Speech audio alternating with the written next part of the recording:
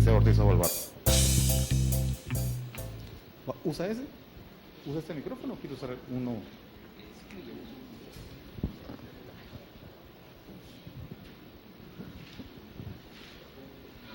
Muchas gracias. Muy buenas tardes. Es para mí un gusto muy especial tener esta plática con ustedes. Por alguna situación de cosas de la vida, este tema lo he abordado en muchos foros a nivel mundial. Sin embargo, pocas veces he tenido la oportunidad de hablar en Guatemala. En fin, son aquellas condiciones rarísimas que a veces se dan en la vida. En el mes de julio, recuerdo que se celebró el simposio de arqueología que se celebra en el Museo precisamente de Arqueología, y en ese simposio una exposición habló de la Casa Popayán, que es una casa de la antigua, y el expositor se refirió a que Guatemala contaba con una ley del patrimonio cultural de las más difíciles que tiene el mundo, dijo él, porque es una ley altamente expropiadora y que atenta contra el derecho de la propiedad consagrado por la Constitución Política de la República de Guatemala. El registrador de bienes culturales le debatió a él su posición. Sin embargo, él le dijo que él tenía dictamen de 5 abogados donde le decía que precisamente era una ley inconstitucional. En verdad, aquello me hizo reflexionar cómo es posible que tenga ese dictamen de 5 abogados, en qué derecho se basa él. Y después me puse a analizar que en verdad, si lo vemos a la luz de un código civil, podría darse esa disposición o ese criterio. Pero en el mundo ya nos confrontamos con que ha nacido un derecho específico que se llama el derecho de la cultura. Es muy diferente la nomenclatura en cuanto hablamos el derecho a la cultura. El derecho a la cultura es una facultad que tiene el ciudadano. Es un derecho eminente, es un derecho humano que le compete. Ahora, esta es una disciplina jurídica. Por favor, le encargo. Esto es lo que se ha dicho del derecho de la cultura. El derecho de la cultura es una nueva especialidad jurídica en claro proceso de consolidación científica que da vida a la cada vez más abundante legislación cultural. Su consolidación científica será posible en el marco de un Estado de Derecho, un tratamiento jurídico sensible y afinado a la cultura y de las garantías de los derechos culturales. Como vemos, este derecho tiene una serie de fuentes y sus fuentes principales, precisamente, tenemos principalmente el derecho internacional. En el ámbito internacional vamos entonces a tener los tratados multilaterales, los tratados regionales y también los tratados bilaterales. En el ámbito nacional tenemos la Constitución y las leyes y reglamentos específicos que tratan esta materia. Este derecho también tiene otras fuentes, como es la doctrina y la jurisprudencia. Estas ya son fuentes altamente desarrolladas. Este derecho se maneja con 3 ejes temáticos en la actualidad. El primero, que es la protección cultural tangible e intangible. El segundo es el desarrollo cultural.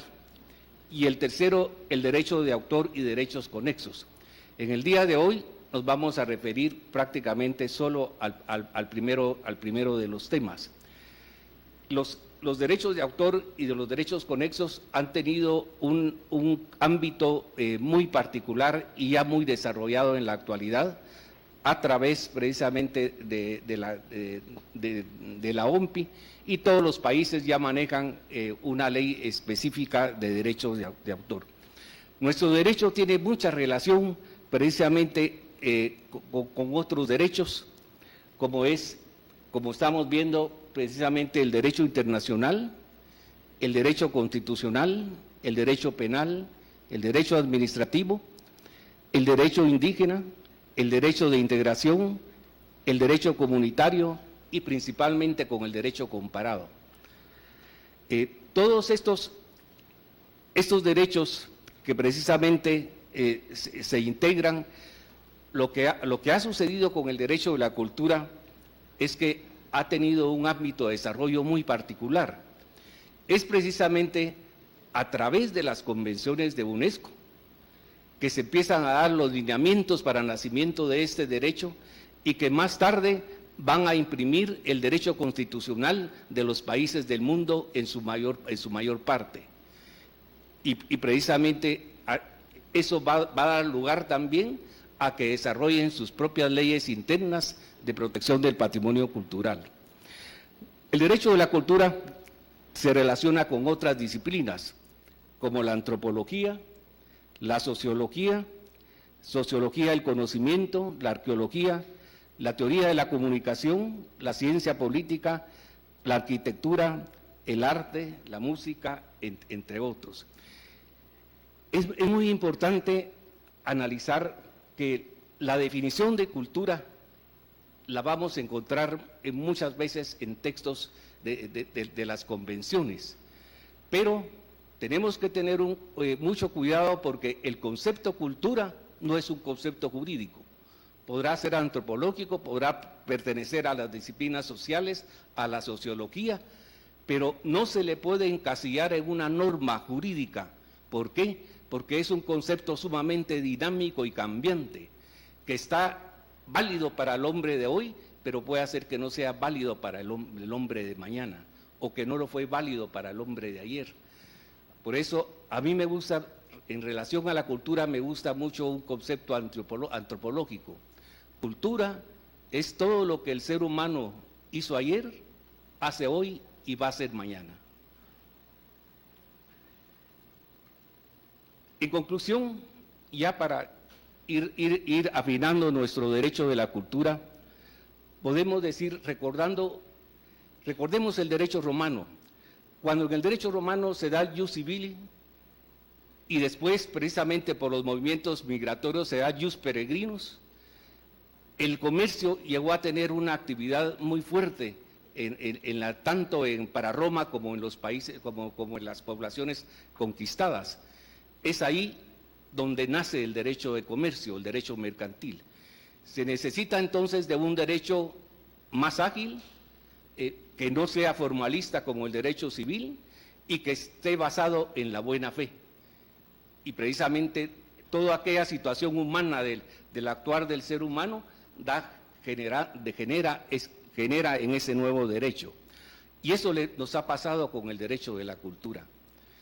Si analizamos la terminología que se manejan en las convenciones, si analizamos el derecho de propiedad, no encaja con el derecho civil.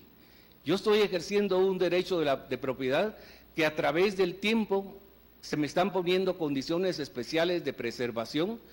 Mi derecho de propiedad puede irse disminuyendo hasta que llegue a un momento que prácticamente tengo obligaciones con el Estado y es poco lo que pueda disponer de él.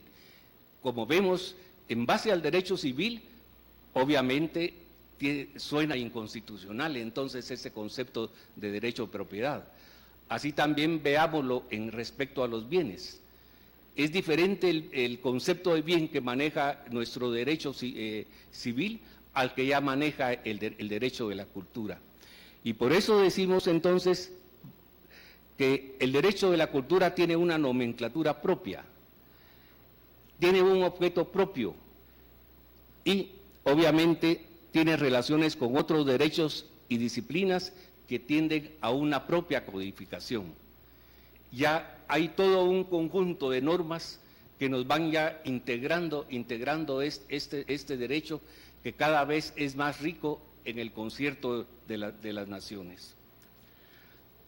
Ahora entremos entonces a las convenciones de UNESCO en los aspectos más relevantes. Es muy difícil tratar toda la temática de las convenciones con el tiempo que estamos usando en este momento. Hace 15 días yo participé en México en un foro que se llamó Iberoamérica y las convenciones de UNESCO. Durante cerca de 5 días se analizaron estas convenciones en sus luces y en sus sombras, qué efectos positivos ha tenido para Iberoamérica y qué efectos negativos está produciendo en la actualidad, si hay necesidad de cambios, de otros protocolos que las hagan más eficaces, y precisamente para cada convención se le dedicaron cerca de 8 horas de análisis y con más de 9 expositores por convención. Eso le da a ustedes una idea del tratamiento que están teniendo en el concierto jurídico y en el concierto de las naciones. Vamos a hablar de la primera convención. Por cierto, hoy el Ministerio de Relaciones Exteriores tuvo un foro con la Cruz Roja que se celebró en el Hotel Holiday Inn, y estuve asistiendo a una parte de este diálogo que se dio hoy en la mañana, que precisamente es sobre la convención sobre la protección de bienes culturales en caso de conflicto armado. Esta es una de las convenciones más desarrolladas jurídicamente. Consta precisamente del texto de la convención. Esta es la famosa convención de 1954. Guatemala se adhiere a ella el 2 de octubre de 1985. Siempre vamos a observar nosotros en nuestra vida jurídica, dentro de nuestro sistema jurídico, que los tratados internacionales, sobre todo en el tema de la cultura, son aprobados muy tardíamente. Generalmente tienen un proceso en llegar a sus procedimientos, agotar su procedimiento constitucional, tienen un proceso de aproximadamente 5 y otras hasta 10 años. Otras se han pasado más de 10 años. Tenemos un divorcio, o no lo podría analizar, porque no lo he analizado con mucha incidencia, pero algo no funciona entre el Congreso, Ministerio de Cultura y Ministerio de Relaciones Exteriores. Los dictámenes se vuelven muy tardíos. Muchas veces el Ministerio de Cultura no ha atendido los llamados del Ministerio de Relaciones Exteriores. Yo fui asesor jurídico del Ministerio de Cultura y me daba cuenta de ese procedimiento muchas veces tan equivocado. Pues el objeto de esta convención es precisamente la salvaguardia y respeto de dichos bienes, adoptando las medidas que se consideren apropiadas en tiempos de paz, relacionado con los bienes culturales en su propio territorio, contra efectos previsibles de un conflicto armado. Esta convención habla del conflicto interno y del conflicto externo, y también, obviamente, habla del conflicto internacional, ¿va? La idea es dar ciertos lineamientos de protección a los bienes culturales, alejándolos de una necesidad militar. Y precisamente por eso esta convención es tan rica en su legislación. Primero elaboró su primer protocolo, de ahí el segundo protocolo. La tecnología de la guerra avanzó tanto, los criterios de los conflictos se expandieron a niveles muchas veces no esperados después de la Segunda Guerra Mundial, y eso dio lugar a que naciera el segundo protocolo de esta convención, que es sumamente interesante, que fue aprobado precisamente en el año de 1999 en La Haya. Lo más complejo que llegó a tener este segundo protocolo fue precisamente llegar a un acuerdo para decidir la necesidad militar. Estados Unidos, que en ese tiempo estaba separado de la UNESCO, solo era observador, pero tenía la idea de que la necesidad militar, para determinarla sobre un bien cultural, debía de ser decidida por el coordinador de la acción militar, y no regulada por una disposición jurídica. Esto dio lugar a muchos criterios y a muchas discusiones, pero afortunadamente Estados Unidos se enojó, se retiró y pudimos avanzar desarrollando el segundo protocolo de la Convención, y así es como tiene contemplada la necesidad militar, en el sentido de que ningún bien cultural puede ser objeto de necesidad militar, salvo que el propio Estado quite esa vinculación de necesidad militar por actuar o hacerla de uso en un conflicto armado. Guatemala tiene un ejemplo muy significativo. El año se me olvida, pero en la época de la guerrilla tomó el Parque Nacional Tikal, asaltó el Museo Silvanus Morley y hace un robo de muchas piezas valiosas de jade que nunca más se volvieron a ver. Entonces, en ese momento, la guerrilla convirtió el patrimonio cultural, que es patrimonio mundial, del Parque Nacional Tikal, lo convierte en una necesidad militar. Y efectivamente después entró el ejército.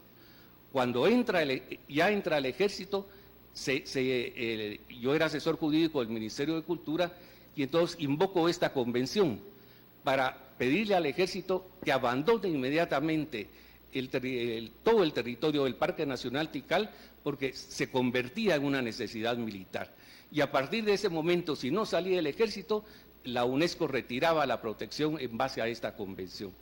Afortunadamente, el ejército de Guatemala, porque es parte de esta convención, eso se relaciona mucho con los ejércitos del mundo, atendió el llamado y retiró inmediatamente las fuerzas del ejército.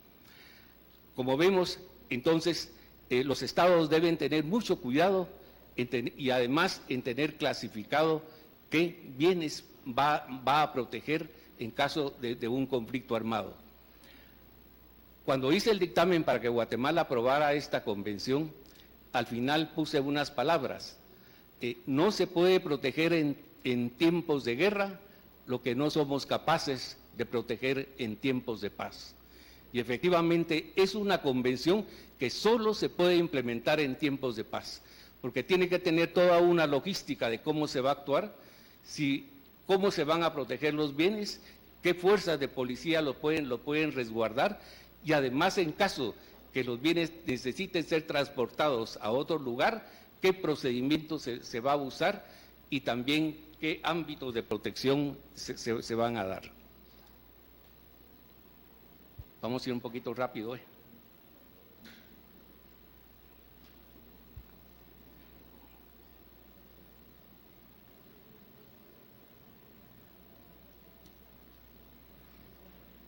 Entramos a otra de las convenciones sumamente activas en la UNESCO.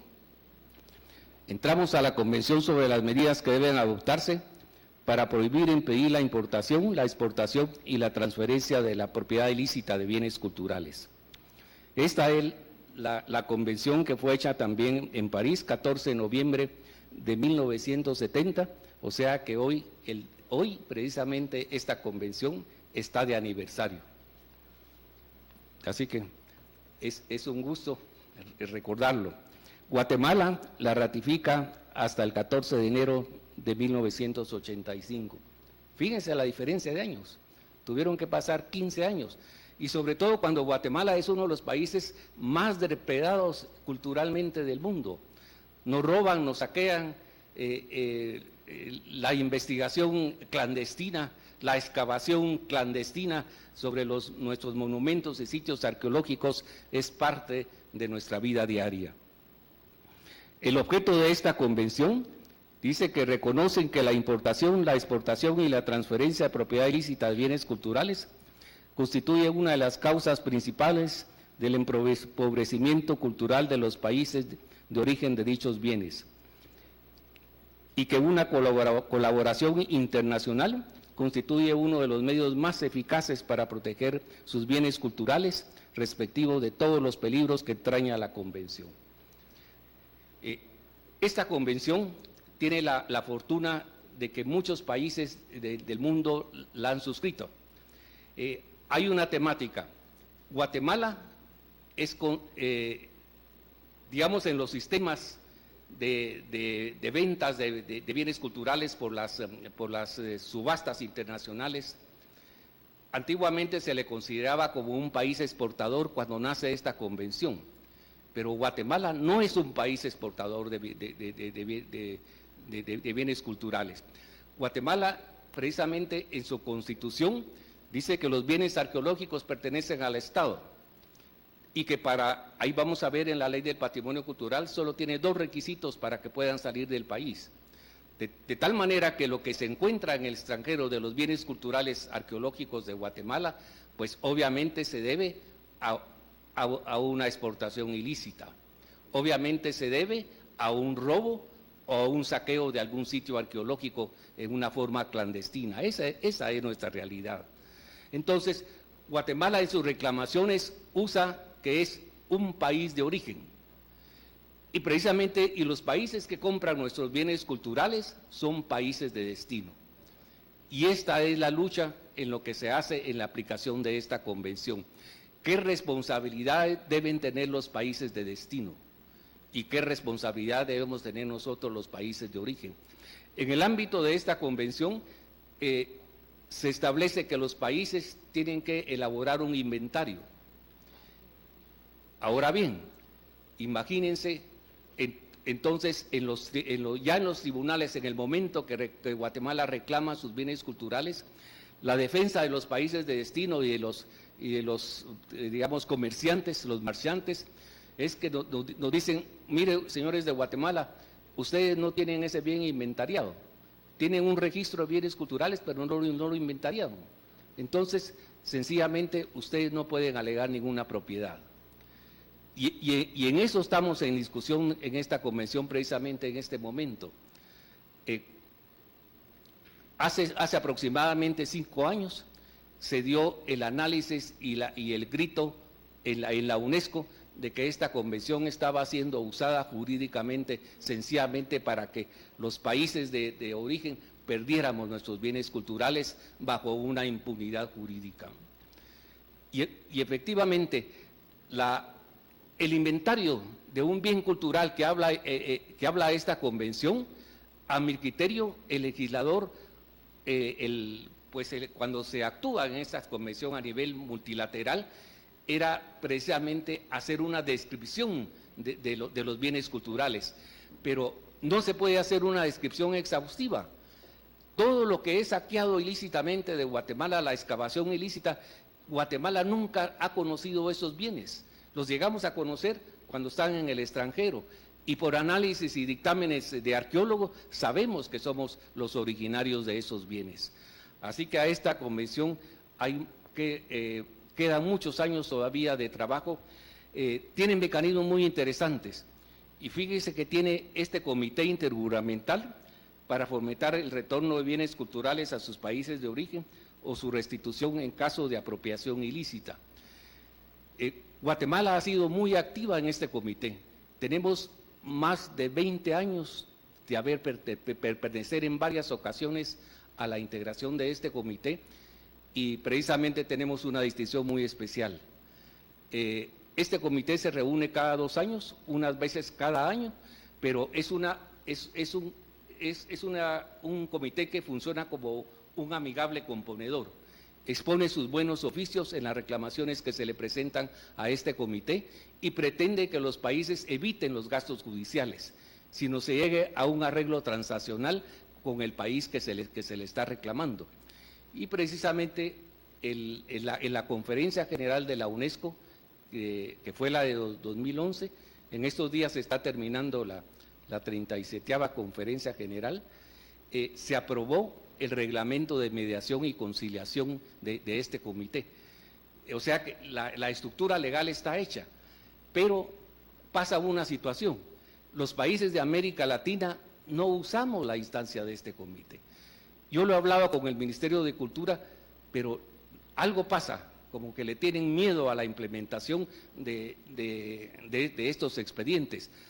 El comité lo usa los países del Caribe, lo usa Europa y los países del Asia, pero América Latina desafortunadamente no hemos recurrido a él y les cuento que Yo tuve el honor en la 8ª reunión de este comité de haber sido nombrado su presidente, y desde esa fecha hasta la época actual he sido el único presidente latinoamericano. Algo nos pasa entonces regionalmente a América Latina, ¿va? Ningún otro país ha podido ocupar la presidencia de este comité, cuando yo creo que tenemos muchas acciones legales que las podríamos implementar en este comité. Un caso tan paradigmático que lo hemos vivido con Ministerio de Cultura y Relaciones Exteriores, que es el famoso caso Patterson, que está involucrado varios países de la América, y también está involucrada España y Alemania, Francia. Precisamente yo les decía, agotada la instancia jurídica en los tribunales de Alemania, que nos están resolviendo de una forma muy difícil, y casi seguro es que perdamos el caso, de tal manera que después sí se podría llegar a la instancia de este comité, que Alemania es parte de esta convención. Entonces hay una obligación del Estado alemán en dar una cooperación para Guatemala y que los bienes le sean precisamente restituidos. Esta convención generó una problemática en los tribunales de Europa.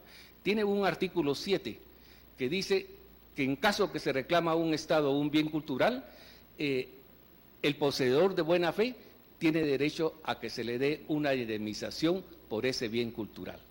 Para nosotros es bastante compleja la situación, en el sentido de que pagar por algo que es nuestro. Esa es la realidad de lo que nos pasa sucediendo a la hora de nuestras reclamaciones. La UNESCO ante esta problemática generó un estudio. Hay una institución que se llama UNIDROIT, ahí vamos a ver su convención. UNIDROIT es el Instituto para la Unificación del Derecho Privado, tiene su sede en Roma, pero usa sus siglas en español. Y a ella se le encargó que le diera una solución a la problemática de la aplicación de 1970. Ahí vamos a ver más adelante la convención. Ahora vayamos a una de las convenciones más felices, que es precisamente la Convención sobre la Protección del Patrimonio Mundial, Cultural y Natural. Dice, cada uno de los estados partes en la presente convención reconoce que la obligación de identificar, proteger y conservar, rehabilitar y transmitir a las generaciones futuras el patrimonio cultural y natural situado en su territorio y que le incumbe primordialmente. En esta convención es donde está declarado precisamente el Parque Nacional Tikal, la ciudad de Antigua y el parque de Quiriguá. Hay una estructura para la aplicación de las convenciones. Todas las convenciones funcionan con un comité, menos la convención de 1970, que precisamente hasta este año, en el estudio que se hizo de esa convención, que se pidió que se integrara el comité, y ya fue integrado en el mes de junio de este año. Pero la Convención del Patrimonio Mundial funciona con un comité que precisamente recibe todas las solicitudes de los estados parte que quieran declarar un bien patrimonio mundial. Y así es como hace poco acaba de salir una lista de nuevos lugares que han sido declarados patrimonio mundial. Son más de 600 los lugares que ya están debidamente calificados. Algunos tienen una categoría dual, son patrimonio mundial cultural y son patrimonio cultural natural. Un ejemplo de ellos es el Parque Nacional Tikal. Ahora bien, en ese procedimiento que tiene para llegar a este régimen de parte de los estados a sus bienes culturales, que se habla de aquellos bienes que tengan una excelencia, que precisamente subyuguen el espíritu y que con eso sean importantes para toda la humanidad. Guatemala nunca ha podido pertenecer al Comité del Patrimonio Mundial. Hay que presentar candidaturas, hace falta todo un trabajo de Cancillería para precisamente ir penetrando estos comités, un trabajo de nuestra embajada, principalmente en Francia, tener expertos en esta materia, porque muchas veces estas reuniones son atendidas por personal que está dedicado a la secretaría, al consulado, y sencillamente nadie maneja esta temática. Y por eso es que nos cuesta mucho entrar a participar de estas instituciones. El comité maneja también un fondo especial para aquellos bienes de la humanidad que entren en riesgo. Para Guatemala viene a finales de este mes una comisión especial que precisamente va a tocar el caso de la Antigua. Posiblemente lo declaren un patrimonio mundial en riesgo. Es decir, cuando el bien se va degradando por cualquier naturaleza en el ámbito mundial, la Antigua tiene problemas de integración de manejo, tiene sus problemas difíciles con su Consejo de Antigua. Precisamente tenemos en esta reunión donde yo estuve, yo les contaba que el alcalde y varios concejales y otro montón están presos, pero el alcalde es el presidente del Consejo de Protección de la Antigua.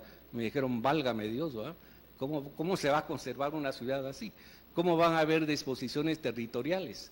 ¿Cómo van a haber planes maestros de manejo? En fin, es una situación muy compleja, y de tal manera que es muy posible que la Antigua sea declarada en un ámbito de emergencia.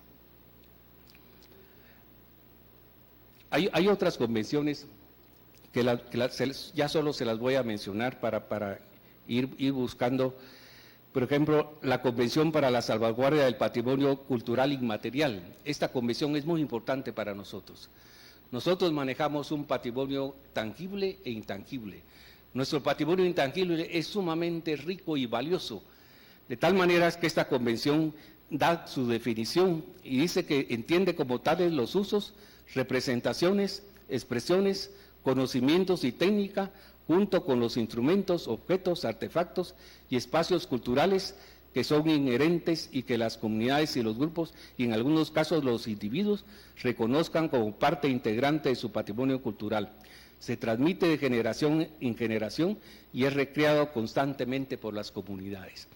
Fíjense que cuando yo hice el anteproyecto de la Ley del Patrimonio Cultural, cuando toco el patrimonio intangible, hice una conceptualización bien corta.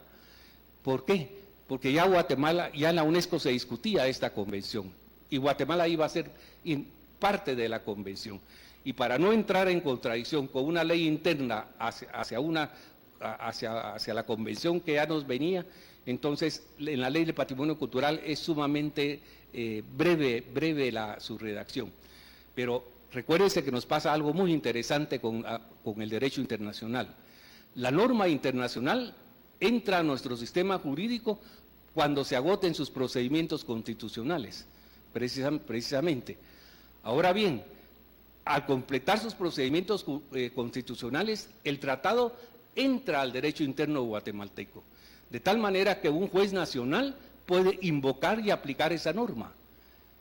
Y eso es lo importante de esta convención. Aquí hay ya sumamente desarrollada la protección del patrimonio inmaterial. Ahora, hay otro aspecto del derecho convencional de la UNESCO. Muchas veces la ley, la norma que se ha dictado en las convenciones no es adjetiva, sino sencillamente está mencionando que los estados pueden dictar una disposición relacionada a ese tema. Por ejemplo, la Convención de 1970, cuando habla del derecho de reivindicación, la convención en sí no reconoce el derecho de reivindicación, sino dice los estados podrán en su ley interna regular el derecho de reivindicación. Y esta es una de las deficiencias que tiene la convención. Yo creo que debió haber sido explícitamente, decirse, este tratado multilateral del 70 debió haber reconocido el derecho de reivindicación de sus bienes culturales a todos los pueblos del mundo. Vayamos a otra convención.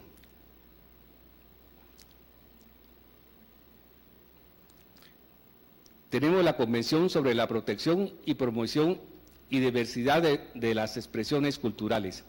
Su objeto, proteger y promover la diversidad de las expresiones culturales, crear condiciones para que las culturas puedan prosperar, mantener interacciones libremente en forma mutua y provechosa, fomentar la interculturalidad, promover el respeto de la diversidad y de las expresiones culturales.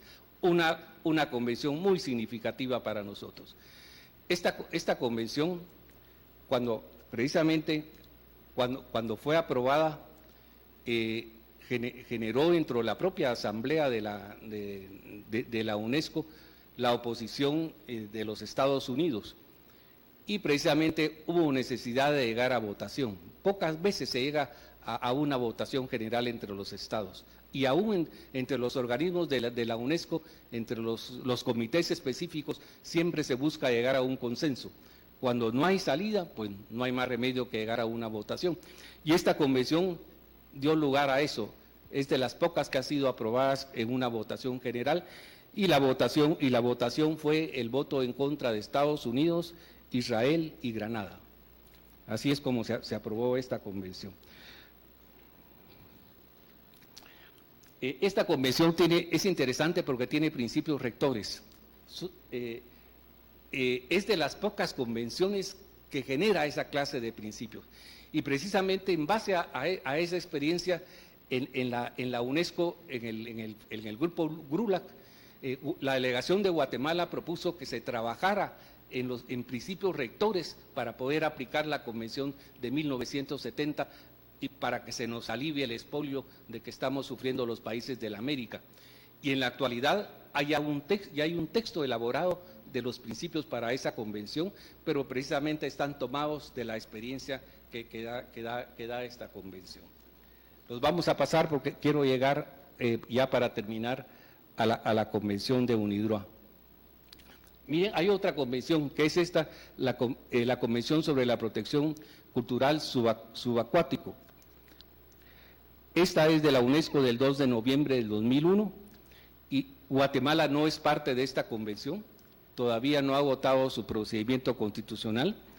Se entiende por patrimonio cultural subacuático todos los rasgos de existencia humana que tengan un carácter cultural, histórico o arqueológico, que hayan estado bajo el agua parcial o totalmente en forma periódica o continuada, por lo menos durante 100 años. Guatemala, en su legislación interna, entran a protección los bienes culturales cuando interesen a la historia, a la ciencia, a la arqueología, en un periodo que sea más allá de 100 años. Sin embargo, eso no contradice las disposiciones que tiene aquí de darle protección a los 100 años, ¿no? Guatemala sencillamente puede aplicar su criterio de 50 años o se espera a los 100 años.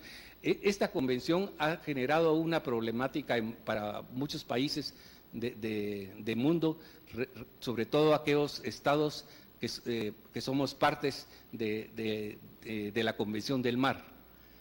Entonces, depende de la regulación que hayan adoptado cada estado parte. Hay muchos que todavía tienen temor de llegar a esta convención.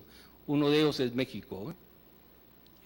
Creo que de Centroamérica solo la ha aprobado El Salvador, Honduras, y de ahí los demás países creo que estamos en discusión. Y pasamos a la última convención que les quería analizar, que es el convenio de UNIDROIT sobre los bienes culturales robados o exportados ilícitamente. Y esta es muy interesante, la convención. UNIDROIT recibe el encargo de la UNESCO y precisamente arma el texto de la convención.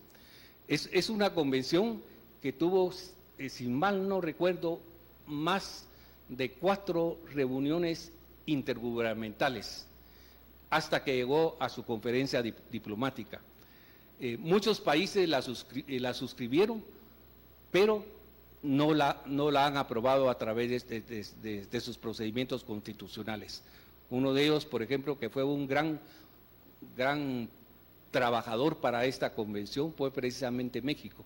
Sin embargo, no ha logrado a través de su Congreso y de su Senado que sea aprobado.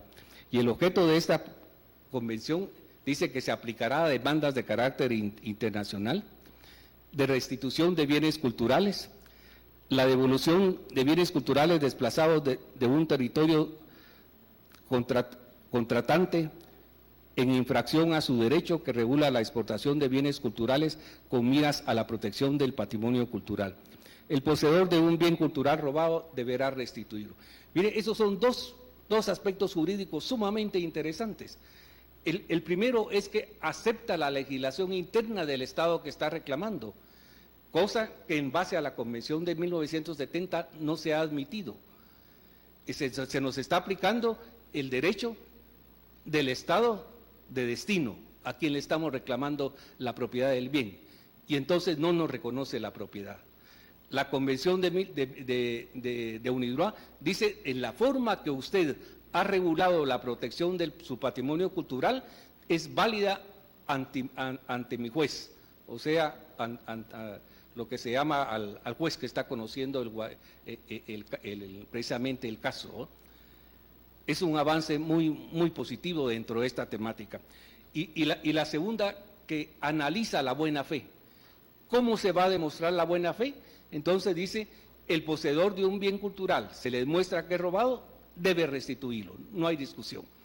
Pero encima si alega derechos, tiene que probar su buena fe. ¿Y cómo prueba su buena fe? Que él tiene que recurrir al estado de origen, consultar en los registros pertinentes si ese bien era robado o si salió legítimamente de su país. Guatemala, para que sus bienes salgan, hay un certificado de exportación especial. Obviamente, los bienes culturales que no tienen certificado en el extranjero es porque sencillamente son originarios de un robo o de una exportación ilícita. En base a esta convención, yo creo que tenemos un futuro para reclamar nuestros bienes culturales. Guatemala es parte de esta convención. Pero surge otro problema. La mayoría de los países de destino no han sido parte de esta convención. Hasta ahorita solo ha sido firmada por 33 estados. Es muy poco, ¿eh? Aunque en el aspecto jurídico, en el derecho internacional, yo soy el criterio, y lo expresaba precisamente en un foro en Francia, que si Guatemala es parte de esta convención de UNIDROIT, esta legislación ha entrado hasta su derecho interno, de tal manera que mi reclamación la voy a fundar en los aspectos que, ¿cómo pruebo la buena fe? La buena fe no la voy a poder probar en base a mi derecho interno en el Código Civil. ¿Por qué? Porque es otra esfera de manejo, pero sí la puedo probar, la buena fe, en base a esta convención. Y para mí, que es el criterio que debe mantener Guatemala en cuanto a sus reclamaciones internacionales. Y para terminar, solo le quiero mencionar que hay otras convenciones sumamente interesantes, como es la Convención sobre la Defensa del Patrimonio Arqueológico, Histórico y Artístico de las Naciones Americanas, la famosa Convención del Salvador. Esta convención maneja también toda una temática para restituir sus bienes culturales. A través de la SEC, que es precisamente, vamos a pasar a la Convención Centroamericana, que es la coordinadora educativa y cultural. En los años que yo representé a Guatemala en este organismo regional, propuse la idea de 3 convenciones que podían aplicarse para Centroamérica. Y además elaboré una ley modelo para que buscar una homologación del tratamiento de los bienes culturales en Centroamérica. Actualmente la UNESCO trabaja en una ley modelo para tratar de homologarlos en un tratamiento a nivel mundial. Y esta convención, precisamente, las 3 fueron firmadas en Guatemala, que fueron del 26 de agosto de 1995, a pesar de que Guatemala fue la promotora de los textos, fue la sede para que se firmaran las convenciones. Guatemala tarda más de 10 años en aprobar las convenciones centroamericanas. Vean pues cómo trabajamos. Somos asiduamente ágiles. El objeto de esta convención precisamente es proteger el patrimonio cultural centroamericano. y tiene un mecanismo muy interesante. Y dice, se crea la Comisión Centroamericana para la Protección del Patrimonio Cultural como un organismo regional permanente de defensa, protección y divulgación del patrimonio cultural. Esta comisión está integrada por los ministros de Cultura de Centroamérica. A pesar que esta convención tiene conocimiento del Parlacén, tienen conocimiento los ministros de Cultura de Centroamérica desde la fecha en que fue aprobada, nunca se ha podido integrar precisamente esta comisión de protección, esta comisión interinstitucional. Como vemos, tenemos textos interesantes, pero desafortunadamente se advierte mucho la falta de voluntad política de los estados para hacerlas viables y que tengan una aplicación efectiva. Tenemos la Convención Centroamericana para restituir el retorno de objetos arqueológicos, históricos y artísticos. Quizás esta sea la convención más usada. Hemos tenido ya casos de bienes culturales restituidos por El Salvador, por Honduras, por Costa Rica, que sencillamente se ha aplicado esta convención y no ha existido la necesidad de recurrir a un tribunal para que efectivamente se hiciera la devolución. Y está por último la Convención Centroamericana para realizar exposiciones de objetos arqueológicos, históricos y artísticos. Recuerden ustedes, ¿cuándo nosotros tenemos una exposición de pintura centroamericana? ¿Cuándo tenemos una exposición de bienes culturales de Costa Rica o de Nicaragua o de El Salvador? Que yo recuerde, algunas de pintura se han hecho, invitando al ámbito regional centroamericano. Pero no sé por qué los ministerios de Cultura no le han dado importancia a esta convención cuando esta facilita todo el proceso de aduanas para que un bien pueda circular para ser exhibido en una exposición internacional y también las garantías que nos obliga la ley a tenerlas sobre los bienes culturales, pues esta convención es sumamente facilitadora. Yo creo que solo les quiero mencionar, la UNESCO ha elaborado toda una serie de recomendaciones, hay cartas elaboradas por arquitectos, pero estas tienen un tratamiento muy particular. Todas las recomendaciones de UNESCO están hechas precisamente para implementar textos legales para los países partes de las convenciones. O sea, que son inspiradoras de una normatividad futura. Igualmente las cartas como la Carta de Venecia, la Carta de Quito. Pero en muchos casos de la antigua, por ejemplo, yo he oído a arquitectos que quieren aplicar estos tratamientos como que fueran una ley, y no es así. La Ley para la Protección de la Ciudad Antigua de Guatemala precisamente tiene un artículo, si no recuerdo es su artículo 12, y dice claramente cómo se deben conservar los monumentos. Y dice, deben conservarse aproximadamente a como quedaron después de los terremotos de 1773. Es decir, el legislador constitucional ha dado el criterio entonces no se puede aplicar un criterio de estas cartas, como el que han aplicado de reconstruir las ruinas. El día que terminemos de reconstruir la antigua habrá perdido todo su valor como un patrimonio mundial, ¿va? Y veamos casos graves. Vean cómo se está reconstruyendo actualmente y se sigue reconstruyendo el convento de Capuchinas, donde se generó la cumbre del pensamiento y a raíz de eso hubo una denuncia y hay una condena del Procurador de los Derechos Humanos y fue citada a un tribunal del orden penal el ministro de Cultura, la ministra, todos los miembros del Consejo, y al final la sala para resolviendo, después de 7 años, que no se puede dictar sentencia porque ya los vestigios de prueba han desaparecido. Ahí terminó el juicio de la antigua. Pero sigue. Por ejemplo, vean ustedes la catedral. La catedral ya tiene los arcos para echarle el techo. Y algún día lo van a hacer. Vean el caso de la Merced. Reconstruyeron totalmente el convento de la Merced. Entonces, ¿qué nos pasa? Muchas veces son las propias instituciones nacionales que son las encargadas de proteger nuestro patrimonio cultural las que precisamente violan nuestra ley interna. y de ahí le queremos exigir al vecino, no, usted sí debe cumplir con la ley, si no lo meto preso, pero a mí no me puede hacer usted nada. Para terminar, este tema lo había desarrollado en cerca de 2 horas, y me dejo mucho en el tintero.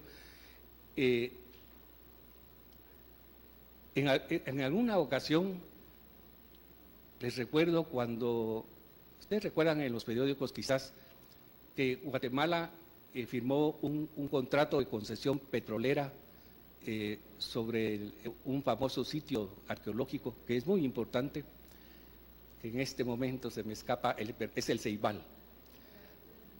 Se firma la concesión petrolera, pero eso obviamente era perder el sitio.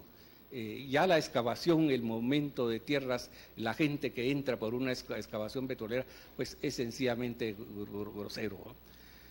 De tal manera que en aquella oportunidad yo hice un dictamen para el presidente, dándole todos los elementos y de la protección que se estaban violando, y efectivamente el presidente Cerezo atendió el dictamen y revocaron los contratos petroleros.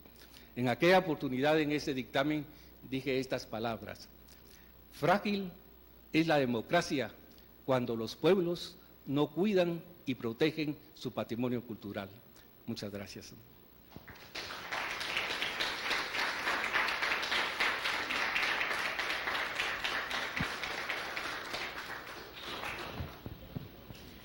Si alguien quiere hacer alguna pregunta o algún comentario, tendríamos unos 5 minutos todavía para el efecto. Solo antes de pasarle el micrófono a este caballero por acá, licenciado, los descubrimientos que se han hecho en el lago de Atitlán, sí, debajo del agua, ¿aplicarían para esa convención de los asuntos subacuáticos? Porque más de 100 años obviamente de ahí, ¿no? Claro que sí.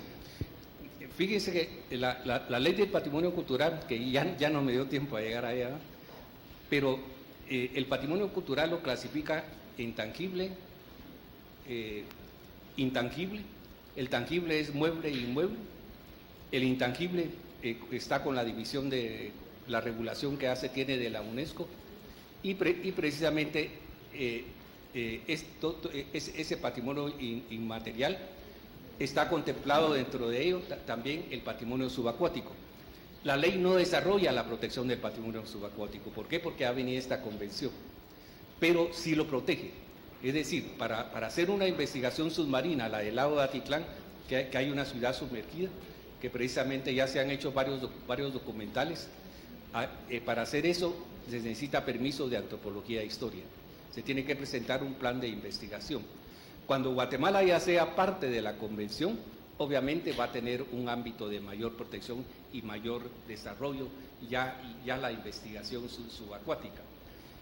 Hablando en esta reunión de México con la encargada de la UNESCO de Patrimonio Subacuático para Centroamérica, que su sede la tiene en Cuba, ella me decía que el año entrante va a preparar una reunión acá para tener exposiciones sobre esta convención y explicar los elementos significativos y de protección que tiene la Convención del Patrimonio Subacuático y la recomendación que Guatemala sea parte de esa convención.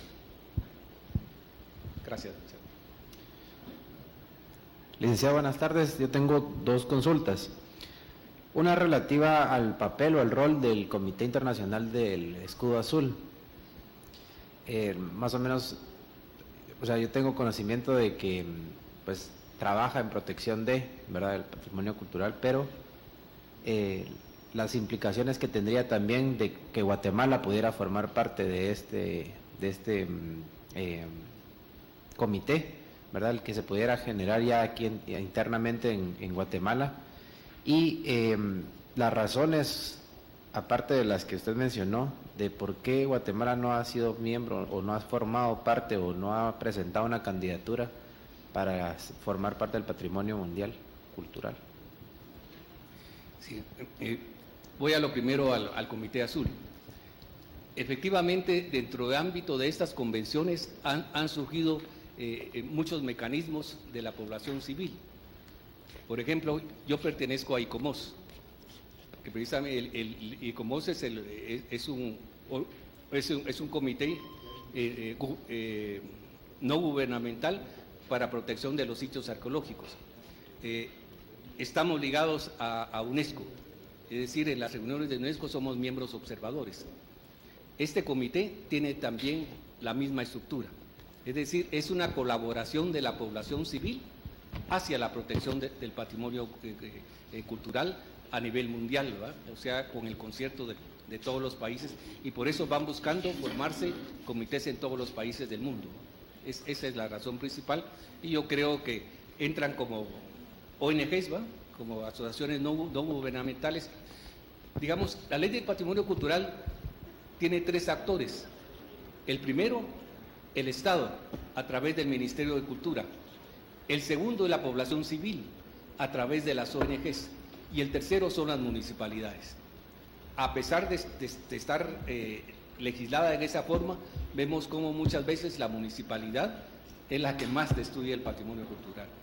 Y en la ley de patrimonio cultural hay un artículo muy específico, muy interesante para relaciones exteriores, que fue redactado en la experiencia. Solo se los voy a leer para concluir este tema. No me lo sé de memoria.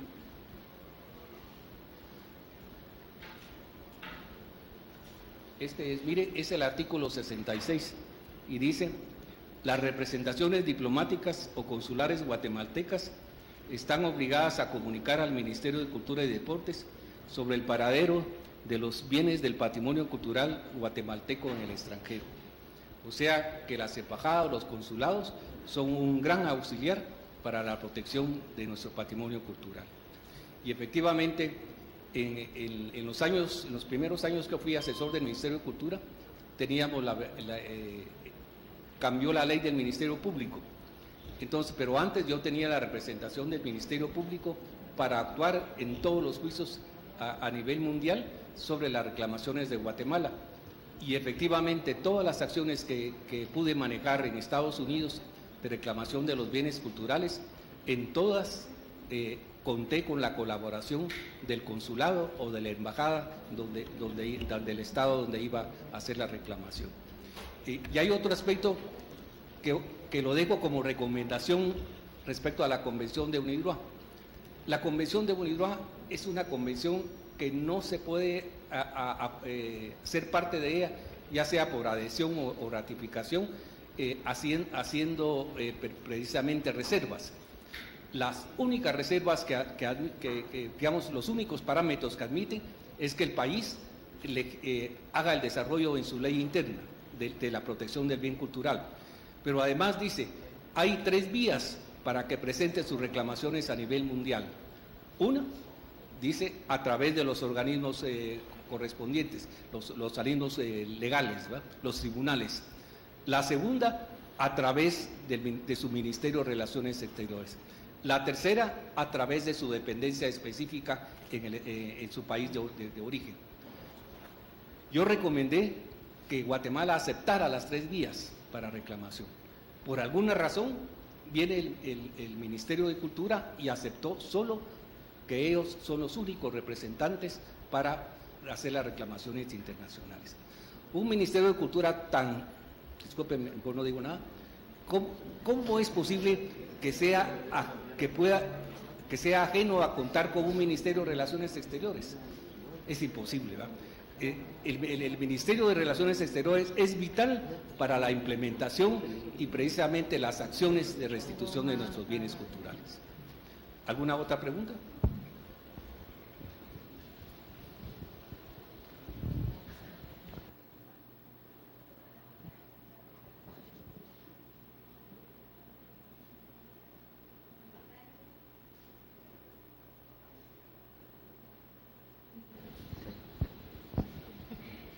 Buenas tardes. Solo tengo la duda si existe la posibilidad de que Guatemala recupere las piezas que supuestamente robó Patterson, porque uno de los requisitos es demostrar la legitimidad de la propiedad.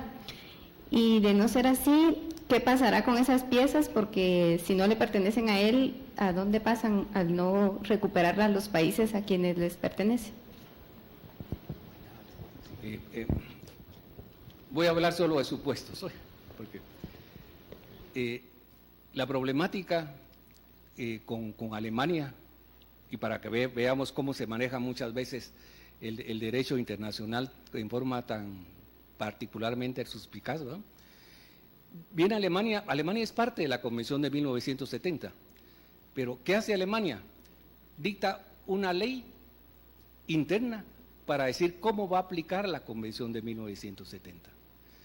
En esta ley no reconoce la reivindicación, el derecho a reivindicación. Establece el plazo de prescripción para cualquier Estado que haga una reclamación. Y su plazo de prescripción son 3 años y por cualquier medio que se le ocurra al juez. Y en el caso de Patterson, viene el juez y dice, Guatemala tiene prescrito, estos son los análisis que llevamos en la sentencia condenatoria, dice, Guatemala se le aplica la prescripción de la ley alemana, que es la ley para la aplicación de la 1970, imagínense qué vicio. Yo lo veo como una desnaturalización del derecho internacional. Si la propia convención tiene su procedimiento para modificarse, si está la convención de los tratados, precisamente habla de un procedimiento, cómo se pueden modificar los tratados multilaterales, y aquí sencillamente, por disposición de una ley, modificaron el tratado de la convención de 1970. Entonces dice, toda acción que se me quiera reclamar, para mí son 3 años. Si no la presentó en 3 años, está prescrita. Los bienes de Patterson estuvieron en una exposición precisamente en España. A la inauguración de esa exposición llegó la señora Menchú. Ella solo hizo acto de presencia, me imagino que recibió una invitación. Entonces el juez alemán dice, Guatemala fue notificado a través de la señora Menchú. Y a través de ella, en la exposición, se dio cuenta que esos bienes eran de Guatemala, pero ya pasaron los 3 años, ya van más de 10 años, y no presentó su reclamación. Vean qué sutileza tan arbitraria. Claro que por eso los países de América Latina estaban muy enojados. Pero algún día se tendrán que enmendar esos errores precisamente. Ahora, ¿qué va a pasar? Los fallos hasta este momento son a favor del señor Patterson. Es posible, si se ganara la acción penal, ahí podríamos tener un decomiso de esos bienes culturales, pero será disponibilidad del juez español y que lo acepte el juez alemán, ¿va? Si se diera eso, puede hacer, en las reclamaciones que he obtenido en la UNESCO, en los foros de esta convención, el representante de Alemania dijo, mi país está muy preocupado. Tal vez en el futuro podamos encontrar un mecanismo de solución.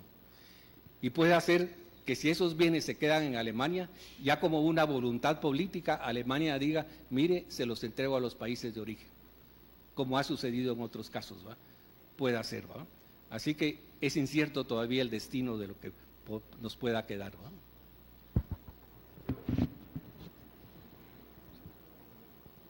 Muchas gracias por su participación en esta capacitación. Justamente a usted le correspondió hacer la presentación de cierre de los 3 días de capacitación, pero no por ello fue que el tema fuera menos importante. La verdad es que es un asunto muy interesante que obviamente necesita más tema del que desafortunadamente pudo tener en esta oportunidad, pero esperamos que en el futuro usted tenga la buena disposición de volver a cooperar con nosotros, venir por acá para escuchar sobre estas cosas muy interesantes. Así es que, a nombre del Ministerio de Relaciones Exteriores y a nombre del proyecto ADA Integración, le agradezco muchísimo la participación que usted ha tenido en esta capacitación sobre Derecho Internacional, que es el tema global, y en el caso suyo sobre Derecho Cultural. Es que muchas gracias.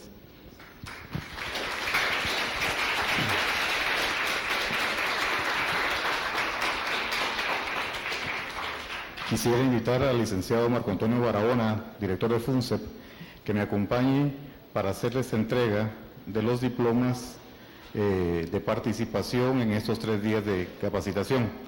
Yo entiendo, damas y caballeros, que una actividad de 3 días de duración es bastante traqueteadita, bastante pesada. Desafortunadamente es la única manera de poder tener pues toda una gama de conocimientos sobre temas determinados cuando estamos trabajando. Nosotros estamos, conforme las capacitaciones han ido teniendo lugar, hemos ido tomando nota de una serie de aspectos y a lo mejor cuando volvamos a la segunda temporada a partir del año entrante, a lo mejor podemos pensar en mover las capacitaciones de sitio para evitar la tentación de unos y otros, de parte de los jefes de llamarlos y de parte de ustedes de salirse, ¿verdad? Yo quisiera resaltar algo que fue muy notorio y que creo que es muy digno de imitar a lo largo de estos 3 días de capacitación, y ha sido la presencia constante y puntual de la gente que viene de Aguas y Límites y de la gente que ha venido también de la Dirección de Asuntos Jurídicos. La verdad es que han tenido ustedes la participación más constante, más puntual a lo largo de toda la capacitación. Muchas gracias por eso, porque en realidad el señor licenciado Marco Antonio Barahona, que es el representante de la empresa contratista, sabe perfectamente que este esfuerzo no solo ha requerido mucho tiempo, sino que está requiriendo también bastante dinero. Y entonces es una pena realmente no poderlo aprovechar en todo lo que esto vale.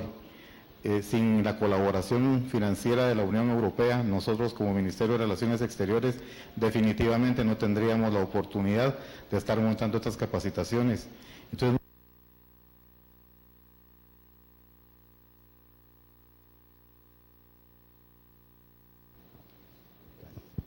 muchas veces es penoso ver que van y vienen y no aprovechan sinceramente bien el esfuerzo que se está haciendo. A lo largo de muchos buenos meses, ustedes vieron una oficina ocupada por un grupo de gente al que ustedes con cariño le han llamado a la gente de la Unión Europea. Ninguno de nosotros somos parte de la Unión Europea, de los que trabajamos ahí. Más bien, unos son parte de la asistencia técnica, eso es harina de otro costal, pero los demás somos gente contratada por el proyecto con los recursos que el Ministerio ha puesto como contrapartida. Y hemos trabajado bastante duro realmente para hacer una realidad de este proyecto.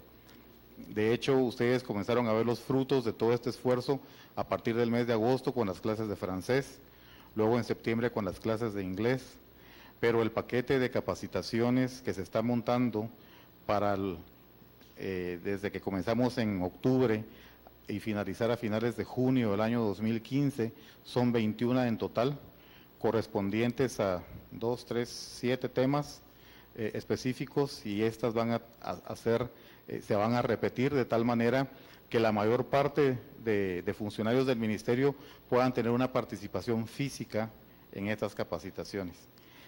La verdad es que nuestro mayor anhelo es que todos ustedes puedan aprovecharlo de la mejor manera. Aquí no estamos para recordar las situaciones por las que, como se trabaja acá muchas veces, que si los sueldos esto, que si los sueldos lo otro, pero entonces creemos que esta es una manera, por lo menos, de retribuirles en parte el esfuerzo que ustedes también hacen para que el Ministerio siga funcionando y lo haga de la manera en que lo hace, bastante bien. Así es que yo les quiero agradecer a nombre del proyecto, a nombre del Ministerio también, su participación en estos 3 días. A lo mejor en algún momento el cansancio se deja sentir. Hemos tenido la fortuna de contar con excelentes expositores, gente que conoce de lo que está hablando, gente que tiene mucha experiencia, gente, y se nota no solo por lo que dicen y la forma en que lo dicen, sino que cuando se les pregunta siempre tienen una respuesta para dar. Han tenido ustedes la oportunidad también de evaluar las capacitaciones en sí y a los capacitadores. La idea de pasar estas evaluaciones no es sencillamente hacerles rellenar papeles, sino que todo esto nos sirve a nosotros de información, tanto a la empresa contratista, que en este caso es un consorcio de empresas, FUNCEP, IEPADES y Flaxo, dirigidas por FUNCEP, la que se está haciendo cargo de estas capacitaciones para el Ministerio de Relaciones Exteriores. La semana entrante tendremos la 5ª y última tanda de capacitaciones de lo que yo llamo esta primera temporada, es decir, las correspondientes al año 2013. Esas no estarán a cargo de FUNCEP, estarán a cargo de una empresa española que se llama ACE, Estas van a ser sobre el acuerdo ADA, el acuerdo de asociación entre Centroamérica y la Unión Europea. Las personas que han sido designadas por los directores generales, ya la lista existe. Esperamos que puedan participar en la capacitación y sacar el mejor provecho de ello. A lo mejor el acuerdo de asociación no es el tema de trabajo de alguien en la dirección de protocolo, de alguien en la dirección de, qué sé yo, de aguas, pero todos somos parte de la Cancillería y este es un acuerdo en el que Guatemala tiene que participar y de la mejor manera.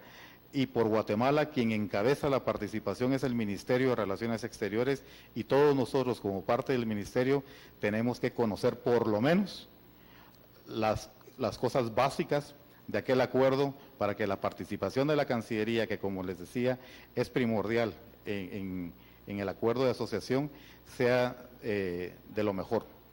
De los 3 pilares que forman parte del acuerdo de asociación, 2 prácticamente le corresponden a la Cancillería, la parte política y la parte de cooperación. La parte de comercio obviamente está en manos del Ministerio de Economía, pero entonces a nosotros nos corresponde la mayor carga y la mayor responsabilidad de todo aquello.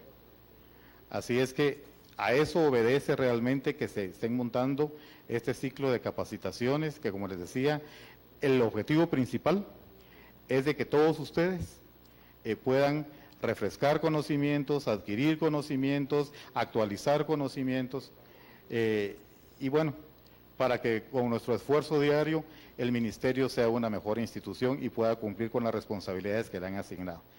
Dicho todo esto, yo le quiero agradecer una vez más a través tuyo, Maco, a FUNCEP por la colaboración, por la forma en que están ejecutando el contrato que ustedes ganaron.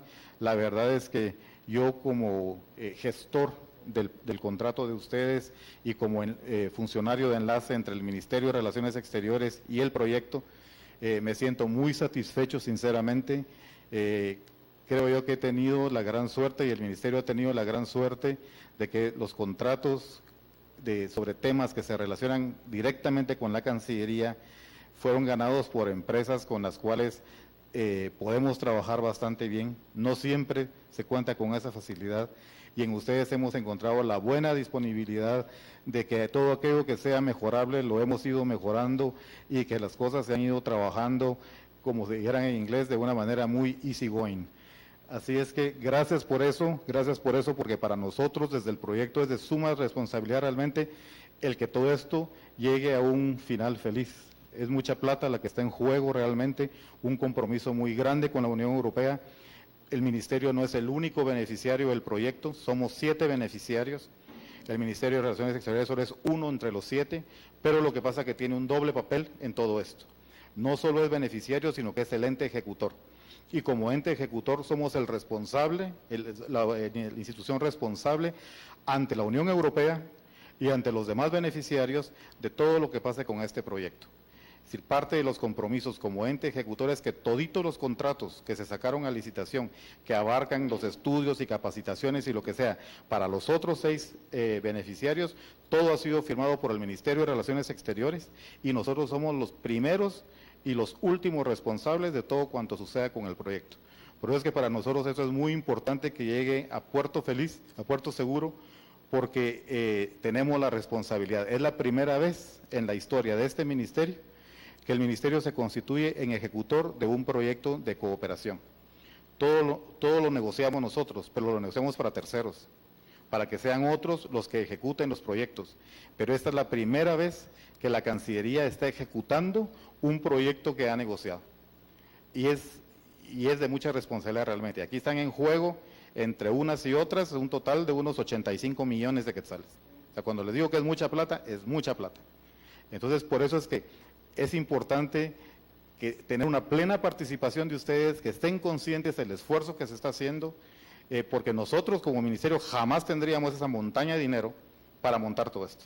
Así de fácil, y ustedes lo saben perfectamente. Así es que muchas gracias por su participación. Yo les insto a que en futuras capacitaciones en las que sus jefes les autoricen o les nombren para participar, pongan el mejor de los empeños, pongan el mejor de los esfuerzos y traten de aprovechar al máximo. Le quiero agradecer muy especialmente a todas aquellas personas que siempre estuvieron participando, emitiendo opiniones, haciendo preguntas. No hay opiniones tontas, no hay preguntas ridículas. Es decir, es posible que la duda de alguien sea la duda de todos, pero generalmente mantenemos una vergüenza a expresar una pregunta porque los demás se van a burlar de mí. A lo mejor voy a preguntar una tontera. Ese tipo de cosas no deben existir. Así es que un agradecimiento especial para esas personas porque a través de su participación se enriquecen estas pláticas. ¿Por qué? Porque a lo mejor al expositor se le pasó por alto mencionar alguna información que a través de la pregunta o del comentario le están dando la oportunidad de refrescar aquello y aportar más conocimientos todavía de lo que han dado. Así es que muchas gracias por todo. En este caso ya pues los expositores no están presentes, más que el licenciado, el embajador Luis Alberto Padilla y el licenciado Ortizo Balbarro, a quien les pido recibir nuestro agradecimiento en nombre de todos los expositores. Creo que en esta capacitación no nos podemos quejar de que este estuvo malo, porque la verdad, esto fue un desfile de gente, como dijéramos, bien planchada. Miren, yo tengo 20 y tantos años de trabajar aquí en Maceliva y les digo, esto no es común en este ministerio. Así es que con esto les voy a pedir aquí a estos 3 caballeros que me acompañen a entregarles a ustedes los diplomas de participación. Ángel Chan.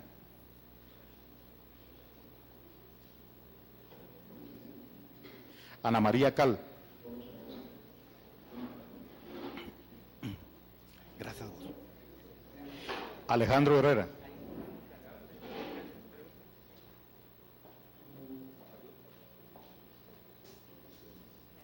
Lorena Cardona.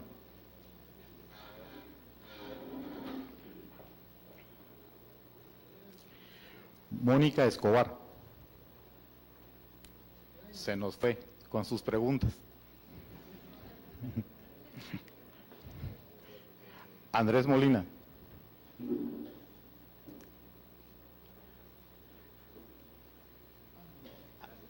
Andrés, dale a tu amiga eso, por favor. Alan Coronado.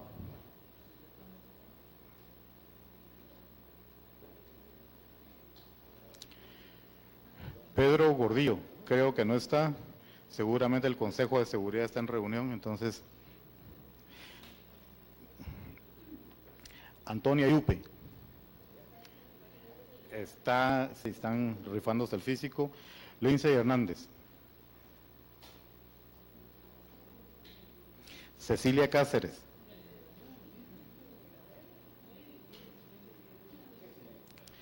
Karen Daniela Ortiz Figueroa.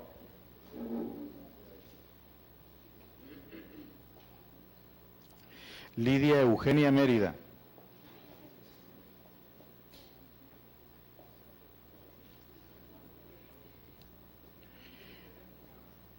Bianca Babet Galindo.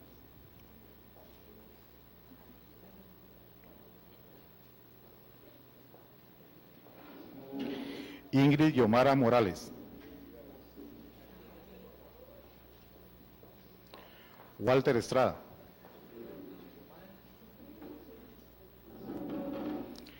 Claudia Xiomara Marroquín.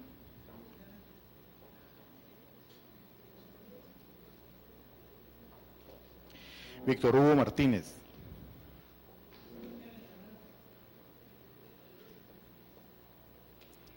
Marlene González.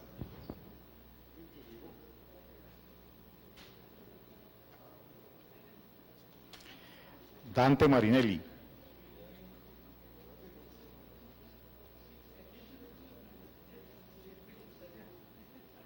Gladys Barrera González.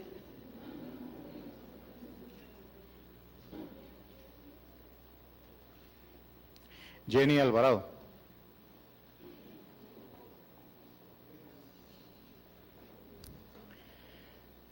Mirna Alvarado no se encuentra, está en una actividad en el Parque Concordia. Jenny, por favor. Flor de María Sánchez.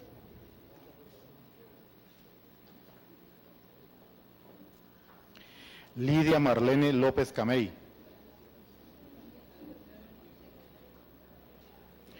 Julio Roberto Vázquez Padilla.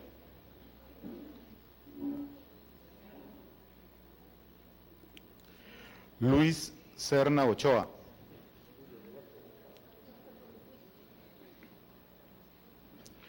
Sonia Elizabeth Menéndez Aguilar.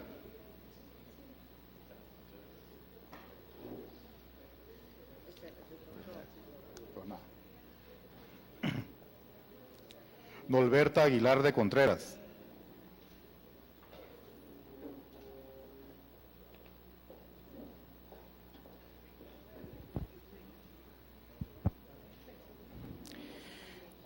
Gisela Aldana. Michelle López.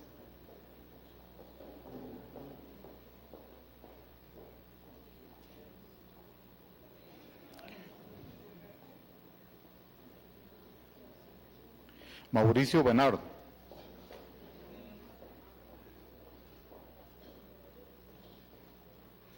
Y Carlos Leal.